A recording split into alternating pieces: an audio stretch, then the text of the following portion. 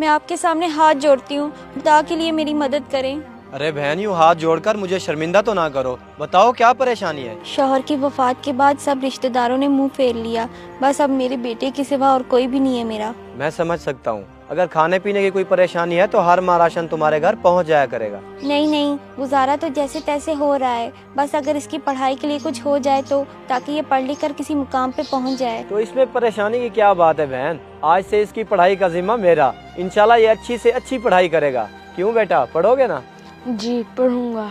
बहुत बहुत शुक्रिया भाई साहब, मैं आपका ये एहसान सारी जिंदगी नहीं भूलूंगी। जज़ाकल्लाह। बेफिक्र होके घर जाओ। पापा जो भी आपके पास आता है उसे इतना कुछ दे देते हैं, कभी इनकार भी कर दिया करें। क्यों इनकार करूं बेटा? अल्लाह के दिए हुए माल में से अल्लाह की राह में खर्च करना चाहिए। कब्र में थोड़ा लेके जाना है इंसान ने। अगर इस तरह से लोगों में बांटते रहे तो आपके सारे पैसे खत्म हो जाएंगे। अभी तू ना समझ है बेटा, वक्त आने पे तुझे सब समझ आ जाएगा। बेशक आप ना समझ कह लें, लेकिन एक दिन आएगा सब खत्म हो जाएगा, कुछ भी नहीं बचना आपके पास। माँ जी, अंकल कौन थे? बेटा ये मलिक जफर साहब हैं, बहुत अच्छे इंसान हैं, कभी किसी को खाली हाथ नहीं लौटाते। अच्छा, और अब मैं स्कूल जाया करूँगा क्या? हाँ बेटा जरूर जाओगे, बस दिल लगा के पढ़ना और इनका ये एहसान कभी ना भूलना। ठीक है माँ जी, कभी नहीं भूलूंगा।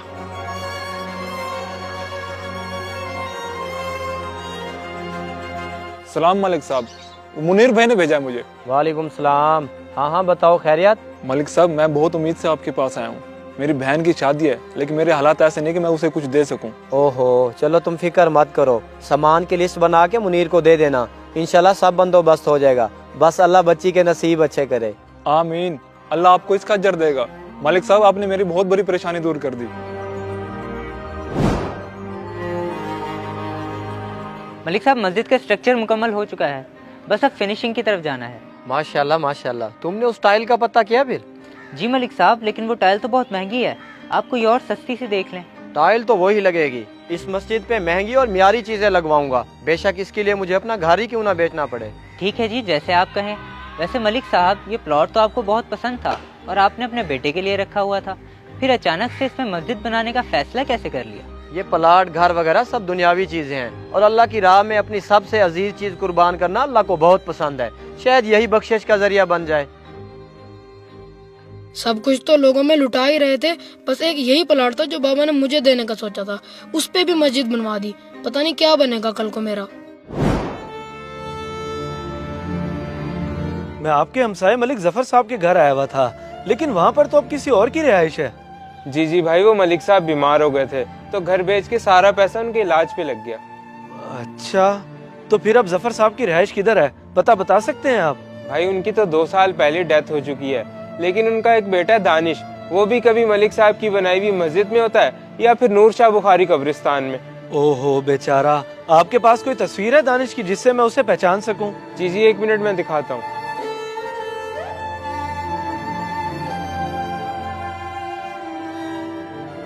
ये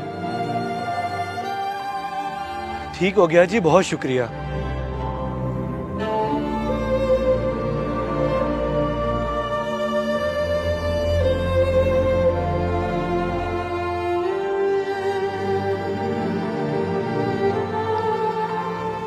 हेलो। हाँ बेटा, क्या बना, हुई मुलाकात उनसे? माँ जी, मलिक जफर साहब की तो 2 साल पहले ही डेथ हो चुकी है। ओहो, फोत हो गए, तो फिर अब उनके बेटे का पता चला है, मैं उसी के पास जा रहा हूँ। ठीक है बेटा, और मेरी बताई हुई सारी बातें याद है ना तुम्हें? जी माँ जी, सब याद है।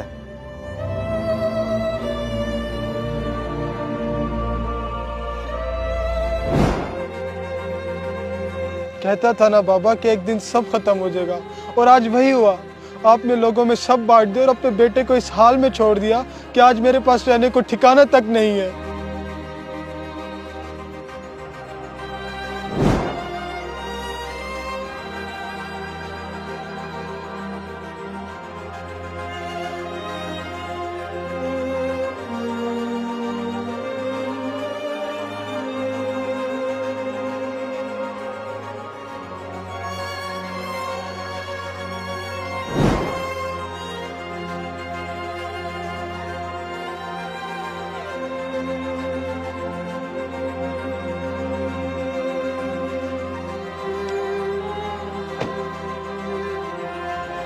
भाईजान जरा बात सुने।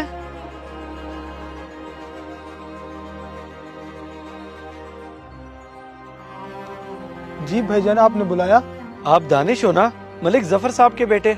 जी भाई, लेकिन माजरत, मैंने आपको नहीं पहचाना। सब बताता हूँ, आए चले मेरे साथ, आ जाए।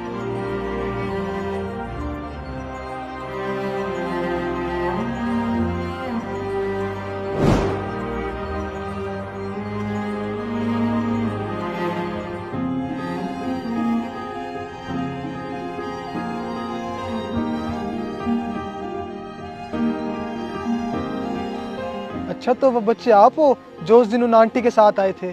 जी हाँ, और आपके वालिद की वजह से ही अल्हम्दुलिल्लाह आज मैं इस मुकाम तक पहुंचा हूँ। चले माशाल्लाह, ये तो बहुत अच्छी बात है। जी, और ये ले चाबियाँ, आज से ये गाड़ी और घर आपका हुआ। क्या मेरा?